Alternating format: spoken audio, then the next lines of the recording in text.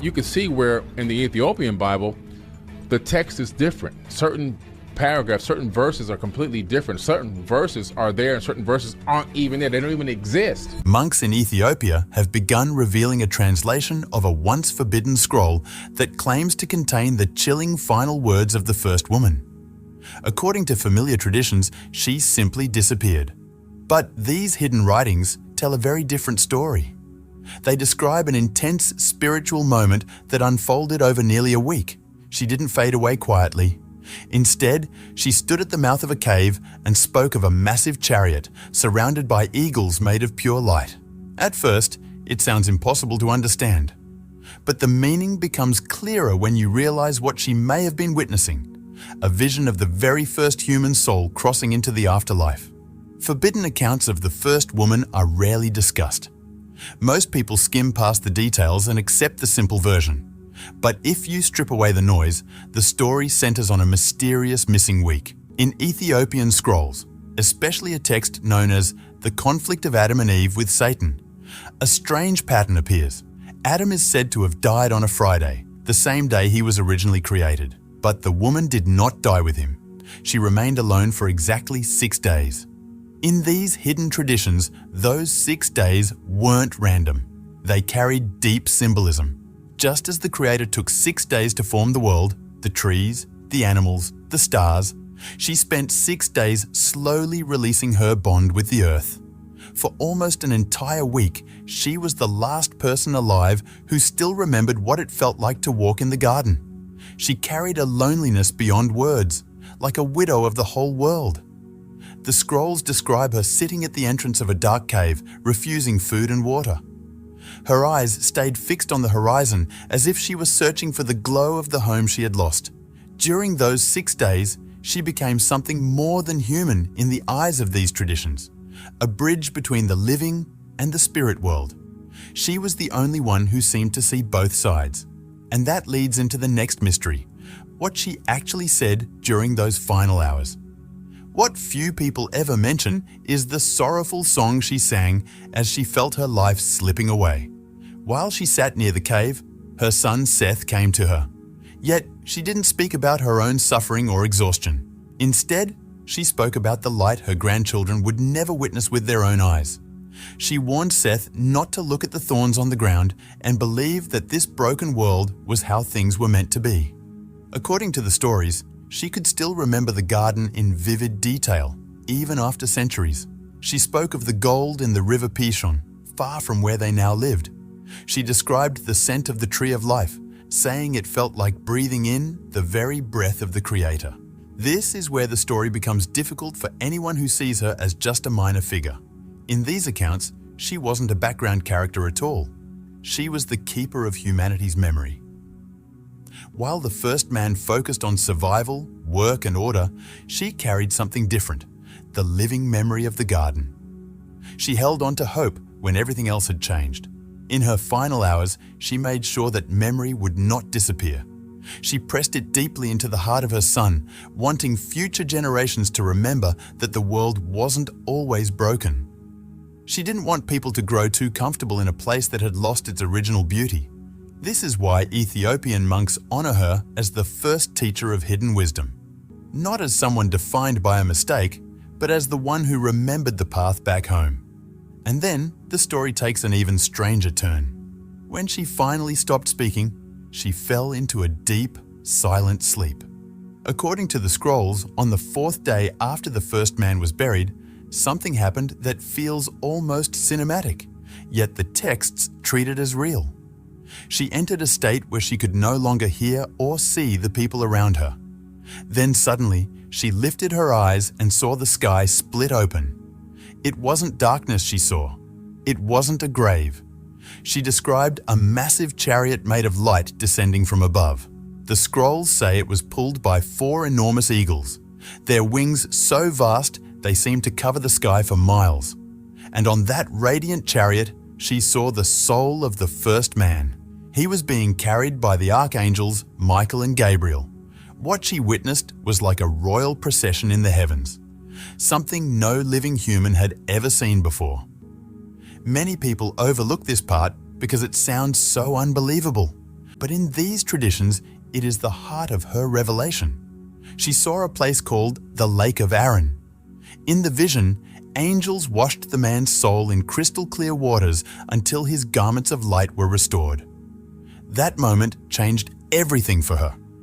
She understood that death was not an ending, but a return, a journey back to where they had begun. She saw that he had been forgiven, completely. That vision lifted the fear and shame she had carried for centuries. For the first time, she was free of it. And instead of facing death as a failure, she began to prepare for it with the dignity of a queen. Now let's shift to what happened next. The moment she gathered everyone together to give her final warning. At the break of the 5th day, a deep stillness seemed to settle over everything. The kind of silence that feels like the world is holding its breath before something historic happens. She sensed, with a calm clarity stronger than her fading body, that her time was no longer measured in years or seasons, but in the last few remaining hours of daylight. In those final moments, she did something that would echo through generations. What she set in motion would become the model for every great gathering to come. Every council of elders, every sacred assembly, every royal summons in human history. She called for a great gathering, one last meeting of all the families that had come from her. They traveled from distant mountains and deep valleys, crossing harsh land just to see the first mother one final time. Thousands came, nearly the whole human family that existed then. They stood together in a silence so deep it felt as if even the sky had gone quiet. And when she finally rose to speak, she didn't appear like someone crushed by centuries of sorrow. Rephrase it, she stood there like a living monument. She had no gold to hand out and no land to pass down. The earth was still untamed, wild and unclaimed. So instead of material gifts, she left them something far more lasting. Her words. A legacy shaped as a prophecy that would echo through the unseen corridors of the future. She spoke of a time when the world would be washed clean by water, a great flood that would wipe the surface of the earth, cleansing it of the stains of its earliest rebellions. But her vision went even further. She warned that, long after the waters, another trial would come. A day when the world would not face water, but fire. To the people listening, a generation that had only recently learned to control flame, this was a terrifying thought. Yet, she did not leave them in fear. She paired her warning with a promise meant to steady their hearts. She declared that the human seed within her, the very life carried through her bloodline, would endure both the flood and the fire. She spoke of a future descendant born from her own line, someone who would accomplish what no one else could. He would return to the sealed gates of the garden and lead humanity back home. In these traditions, this becomes the earliest recorded promise of a savior, hope spoken into a grieving world by a woman nearing her final breath. It was the voice of a mother offering light to a people mourning at the very roots of their existence. And perhaps the most astonishing detail, often overlooked or erased from retellings, is that she was describing events that would unfold thousands of years after her time. She stood at the very edge of death, as if looking toward the end of time while still breathing the cool, fragile air of the ancient world. As the 5th day faded into the 6th, it was said that even the physical world began to respond to the approaching loss of its first mother. Calling her death significant barely captures its meaning. According to the ancient accounts, when she finally breathed her last on the 6th day, the earth beneath her did more than crack. It seemed to tremble with a steady rhythmic pulse. Not a violent quake meant to destroy, but a deep vibration, almost like a heartbeat rising from the ground itself. The scrolls describe it as the earth recognizing her, as if welcoming back the body that had once been formed from its own dust at the dawn of humanity. It was not portrayed as chaos, but as a moment of profound acknowledgement. Her sons, overwhelmed by a grief that felt both deeply personal and historically immense, cared for her body with great reverence. In doing so, they created what men consider the first funeral rites. They wrapped her gently in fine white cloth that glowed softly in the cave's dim light and anointed her with spices gathered from sacred forests, fragrances meant to honor the dignity of the first queen. This is the quiet, often forgotten legacy of the First Mother, a story that many believe history slowly pushed into silence. They carried her into what was known as the Cave of Treasures, a sacred place believed to hold the most important relics of the first family. It wasn't just a burial site, but a hidden and holy vault filled with meaning. They didn't place her in a distant corner or leave her alone in the darkness. Instead, they laid her beside the first man on his right side, the one who had entered the earth before her. In ancient traditions, this moment is sometimes called the marriage of the grave. It symbolized a final reunion, two people who were once formed from one body, now brought back together in the quiet embrace of the earth. But then, something strange happened, something the old writings describe as deeply mysterious. As they laid her down, the gold and spices stored in the cave for generations suddenly released an overwhelming fragrance.